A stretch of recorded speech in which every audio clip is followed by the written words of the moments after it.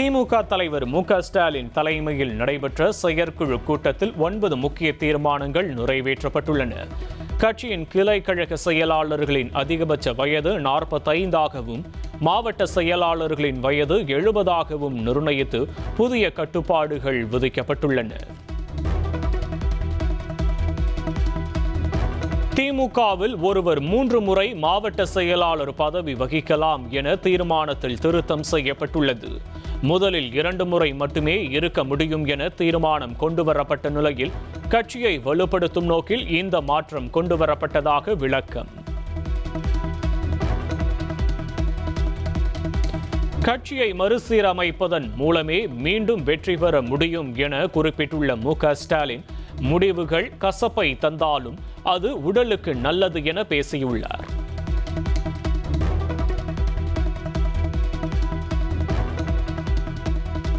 நியமனங்களாக இல்லாமல் தேர்தல் மூலமாக ஜெயிக்கிறவங்க சிறப்பாக செயல்படுவாங்க. எனக்கு நம்பிக்கை உங்களுக்கு மட்டும் இல்லை, எனக்கு இருக்குது. கட்சியை மறுசீரமைப்பு செய்கிறது மூலமாக மட்டும்தான் நாம் மீண்டும் அரசியல் வெற்றி பெற முடியும்.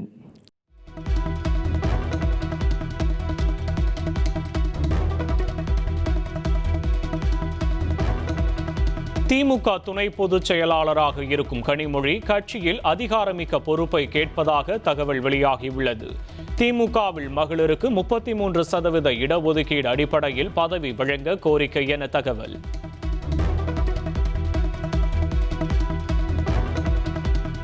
டாஸ்மாக் மதுபான கொள்முதலில் முறைகேடு நடந்ததாக தொடரப்பட்ட வழக்கில் செந்தில் பாலாஜியிடம் சுமார் 3 மணி நேரம் லஞ்ச ஒழிப்புத்துறை போலீசார் விசாரணை நடத்தினர். விசாரணைக்கு பின் செய்தியாளர்களை சந்தித்த அவர், அரசியல் காழ்ப்புணர்ச்சிக்காக போடப்பட்ட வழக்கு இது என்றும் எத்தனை வழக்குகள் போட்டாலும் சந்திக்க தயார் என்றும் தெரிவித்தார். கம்யூனிஸ்டுகளை கணக்கிட கோரி குஜிலியம்பாறை தாசில்தார் சுற்றறிக்கை அனுப்பிய விவகாரத்தை கண்டித்து அக்கட்சியினர் சென்னையில் ஆர்ப்பாட்டம் நடத்தினர். சிபிஎம் மாநில செயலாளர் சண்முகம் தலைமையில் நடைபெற்ற ஆர்ப்பாட்டத்தில் தவறுழைத்த அதிகாரிகள் மீது நடவடிக்கை எடுக்க வேண்டும் என கண்டனம் முழக்கமிட்டனர்.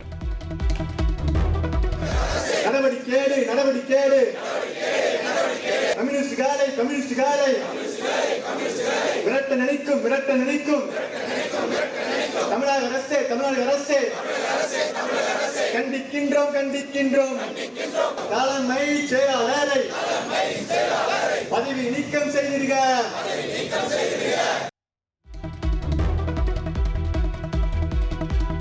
தாவேக அரசு அமைய ஆதரவளித்த இடதுசாரிகளை ஒடுக்க நினைப்பதா என சிபிஎம் சண்முகம் கேள்வி எழுப்பியுள்ளார்.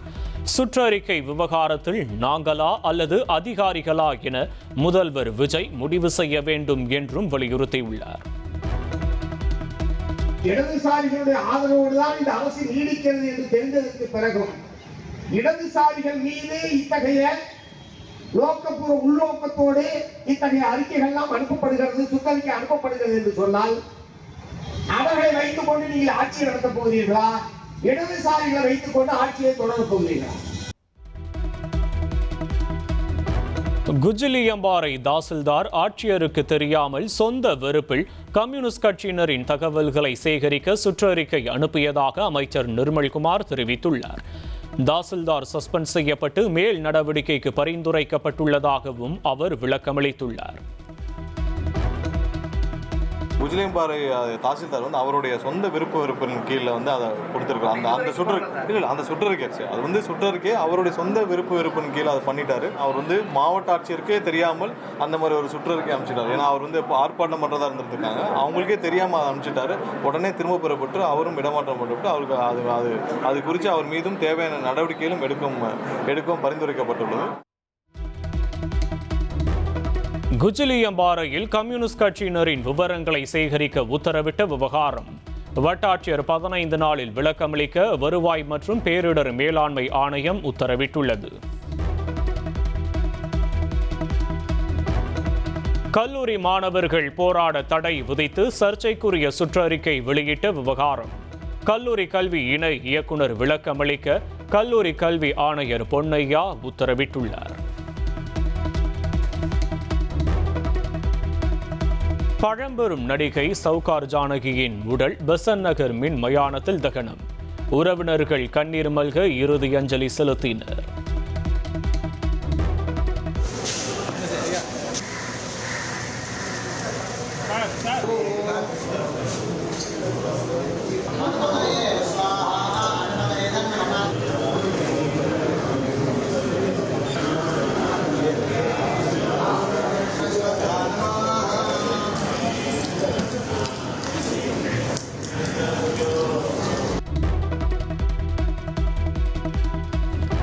மறைந்த பழம்பெரும் நடிகை சவுகார் ஜானகிக்கு தமிழக அரசு சார்பில் அஞ்சலி செலுத்தப்பட்டது. சபாநாயகர் ஜேசிடி பிரபாகர், அமைச்சர்கள் ராஜ்மோகன், குமார் மற்றும் வெங்கடரமணன் ஆகியோர் அஞ்சலி செலுத்தினர்.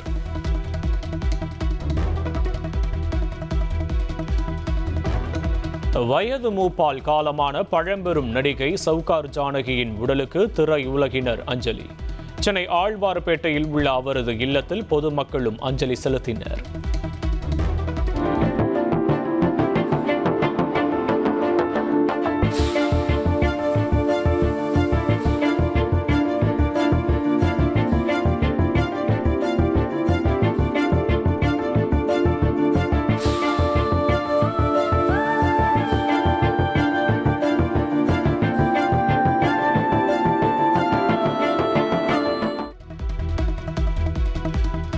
செப்டம்பர் 1 முதல் தமிழ் படங்கள் வெளியீடு நிறுத்தப்படுவதாக தமிழ் திரைப்பட தயாரிப்பாளர்கள் சங்கம் அறிவித்துள்ளது. 8 வாரங்களுக்கு பிறகே OTT வெளியீடு என்ற நிபந்தனைக்கு எதிர்ப்பு தெரிவித்து படப்பிடிப்புகளை நிறுத்தவும் முடிவு.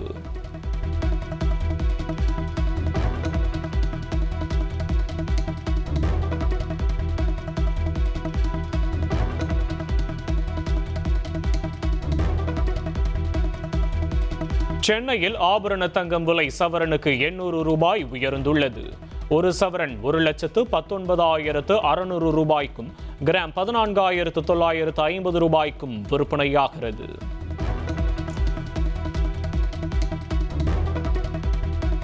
தவேகாவுக்கு ஆதரவாக செயல்பட்ட 21 MLAக்கள் மீதான தகுதி நீக்க நடவடிக்கையை கைவிட்ட முடிவு சரியானது என்ற உயர்நீதிமன்ற உத்தரவை வரவேற்பதாக சபாநாயகர் ஜேசிடி பிரபாகர் தெரிவித்துள்ளார். சட்டப்பேரவையில் அவை குறிப்பில் நீக்கப்பட்டதை எந்த வடிவத்திலும் பயன்படுத்தக்கூடாது என்றும் கேட்டுக்கொண்டுள்ளார்.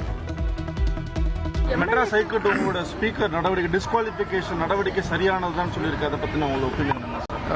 அவர்கள் கொடுத்திருக்கிற அந்த தீர்ப்புக்கு நன்றி. நான் அந்த தீர்ப்புக்கு தலை வணங்குகிறேன். அதே மாதிரி சட்டமன்ற எதிர்க்கட்சி தலைவர் வந்து இந்த லைவ் டெலிகாஸ்ட்னால நீங்க சபை அவை குறிப்பில் இருந்து நீக்கினா கூட அது ரீல்ஸ் மூலமா வெளியேறுது சொல்றாங்க. சோ நீங்க அதுக்கு என்ன பண்ண போறீங்க? ஏற்கனவே நான் சபையில் அறிவித்து விட்டேன். நீக்கப்பட்ட பகுதிகளை எடுத்து அதை வந்து எந்த வகையில் அது பயன்படுத்தினாலும் அது வந்து அவையினுடைய மாண்பை குறைப்பதாக இருக்கும், சட்டத்தை மீறுவதாக, விதிகளை மீறுவதாக இருக்கும் என்பதால் அவர்கள் மீது உரிமை மீறல் பிரச்சனைக்காக கடிதம் கொடுக்கப்பட்டிருக்கிறது.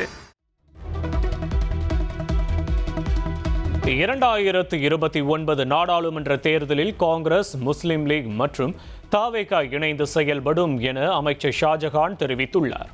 முதலமைச்சர் விஜயின் செல்வாக்கு பிற மாநிலங்களிலும் உயர்ந்துள்ள நிலையில் பிரதமரை தேர்தலுக்கு முன் தீர்மானிப்போம் என கூறியுள்ளார். தற்போது அமைச்சரவையிலும் பங்கேற்று அதிகாரத்திலும் பங்கேற்று இந்திய யூனியன் முஸ்லீம் லீக் தவேகாவுடன் இணைந்து பணியாற்றி வருகிறது. மேலும் அந்த தீர்மானத்திலே வரக்கூடிய உள்ளாட்சி தேர்தலிலும் நடைபெற இருக்கக்கூடிய இடைத்தேர்தலிலும் அதனைத் தொடர்ந்து நடைபெற இருக்கக்கூடிய 2029 பாராளுமன்ற தேர்தலிலும் இந்திய யூனியன் முஸ்லீம் லீக் தவேகாவுடன் கூட்டணி தொடரும் என்பதை அழுத்தம் திருத்தமாக பதிவு செய்திருக்கிறார்கள். அந்த நிலை நிச்சயமாக தொடரும். விஜய் அவர்களுடைய செல்வாக்கு தமிழ்நாட்டில் மாத்திரமல்ல, தென்னிந்திய மாநிலங்கள் மாத்திரமல்ல. இன்ஸ்டாலாம் பார்க்குறீங்களா இல்லையா? வடநாட்டில் ஹிந்தியிலலாம் ஒரு போஸ்டர் வந்துகிட்டு இருக்கு. அவருடைய முகம் இந்திய அளவில் பெரிய அளவில் அவருக்கான தாக்கம் இருக்கிறது. ஏன்னு சொன்னால் இது இருக்கக்கூடிய லஞ்சம் ஊழல் இல்லாத ஒரு ஆட்சிக்கு இது வரைக்கும் தமிழ்நாடு கேள்விப்பட்டிருக்கீங்களா? அந்த முதலமைச்சர் அவரை இந்திய அளவில் ஒரு பிம்பமா காட்ட வேண்டிய தேவை வந்திருக்கு. காட்ட வேண்டிய நம்ம காட்ட வேண்டிய தேவையில்லை. மக்கள் எடுத்துட்டு போறாங்க, மக்கள் விரும்புகிறாங்க. அது அனைத்தும் வரக்கூடிய 29 தேர்தல் எதிரொலிக்கும். தாவேக அமைச்சர்கள் லஞ்சம் வாங்குவதாக நயினார் நாகேந்திரன் கூறிய குற்றச்சாட்டிற்கு அமைச்சர் ஸ்ரீநாத் கடும் கண்டனம் தெரிவித்துள்ளார். கவனத்தை ஈர்க்க ரீல்ஸ் போடுவதாக சாடிய அமைச்சர் பாஜகவின் பேச்சுக்கு தக்க பதிலடி தருவோம் என்றார். சும்மா பேசணும்ல, அவங்களுக்கு ஃபோக்கஸுக்கு ஏதாவது அவங்களுக்கு ரீல்ஸ் போடுறதுக்கு ஏதாவது பேசுவாங்க. இதை நாங்கள் வன்மையாக கண்டிக்கிறோம். பட் பார்ப்போம், என்ன அவங்களால முடிஞ்சதை செய்யட்டும், நாங்கள் அதுக்கு கவுண்டர் வச்சிருக்கோம். சென்னையில் சுற்றுலாவை மேம்படுத்த பல்வேறு நடவடிக்கைகள் மேற்கொள்ளப்பட்டு வருவதாக அமைச்சர் ராஜேஷ்குமார் தெரிவித்துள்ளார். கூவமாற்றில் படகு சவாரி, கடற்கரையில் ரோப்கார் வசதி உள்ளிட்டவை திட்டமிடப்பட்டிருப்பதாக அவர் கூறியுள்ளார்.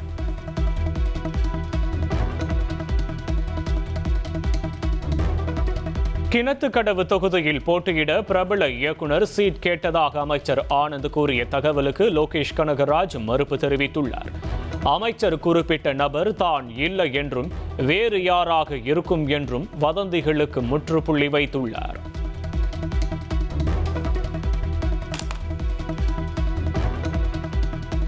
ஆக்ரா ரயில் நிலையத்தில் சூட்கேஸில் பெண் உடல் பாகங்கள் கண்டெடுக்கப்பட்ட சம்பவத்தில் கூடுவாஞ்சேரி போலீசார் வழக்கு பதிவு செய்துள்ளனர். கொலை செய்யப்பட்ட பெண் கூடுவாஞ்சேரியைச் சேர்ந்த ஹைதுல் நிஷா என தெரியவந்ததை அடுத்து தலைமறைவான கொலையாளிகளை பிடிக்க 2 தனிப்படைகள் அமைக்கப்பட்டுள்ளன.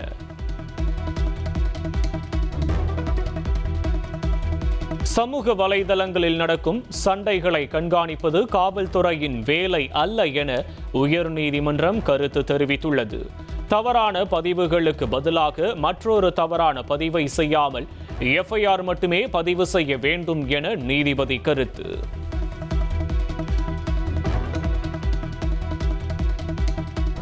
மதுரையில் செயல்பட்டு வரும் அரசு பாலிடெக்னிக் கல்லூரி விடுதி இடிந்து விழும் நிலையில் இருப்பதாக மாணவர்கள் குற்றம் சாட்டியுள்ளனர். விடுதியில் 150க்கும் மேற்பட்ட மாணவர்கள் தங்கி படித்து வரும் நிலையில் உடனடியாக சீரமைக்க மாணவர்கள் கோரிக்கை.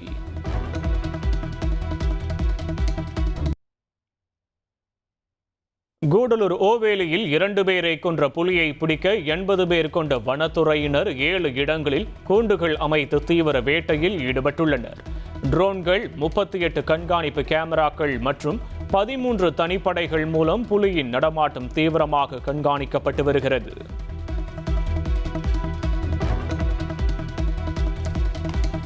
நாகர்கோவிலில் அரசு மேல்நிலை பள்ளியில் படித்து வந்த 11ஆம் வகுப்பு மாணவர் தூக்கிட்டு தற்கொலை செய்து கொண்ட நிலையில் ஆசிரியர்கள் துன்புறுத்தலால் தற்கொலை என குற்றச்சாட்டு. பள்ளியை முற்றுகையிட்ட உறவினர்கள் ஆசிரியர்களை கைது செய்யும் வரை உடலை வாங்க மாட்டோம் என தெரிவித்துள்ளனர். மகாராஷ்டிராவில் ஜென்சீக்களை கவர அம்மாநில பாஜக அரசு திட்டமிட்டுள்ளது. மாவட்ட வாரியாக இன்ஸ்டாகிராம் ரீல்ஸ் போட்டி நடத்தி சிறந்த ரீல்ஸ் தயாரிப்பாளர்களுக்கு பரிசுகள் வழங்க அம்மாநில அரசு முடிவு செய்துள்ளது. மத்திய வெளியுறவுத்துறை அமைச்சர் ஜெய்சங்கர் 2 நாள் பயணமாக நாளை ரஷ்யா செல்கிறார். 27வது இந்திய ரஷ்ய அரசுகளுக்கு இடையேயான கூட்டத்தில் பங்கேற்கும் அவர் ரஷ்ய வெளியுறவுத்துறை அமைச்சரையும் சந்திக்கிறார். இனி செல்லும் இடமெல்லாம் செய்தி. தந்தி டிவியின் வாட்ஸ்அப் சேனலை ஃபாலோ பண்ணினா செல்ல இருக்கும் இடமெல்லாம் செய்தி. இதோ QR கோட் இப்பவே ஸ்கேன் பண்ணுங்க, ஃபாலோ பண்ணுங்க.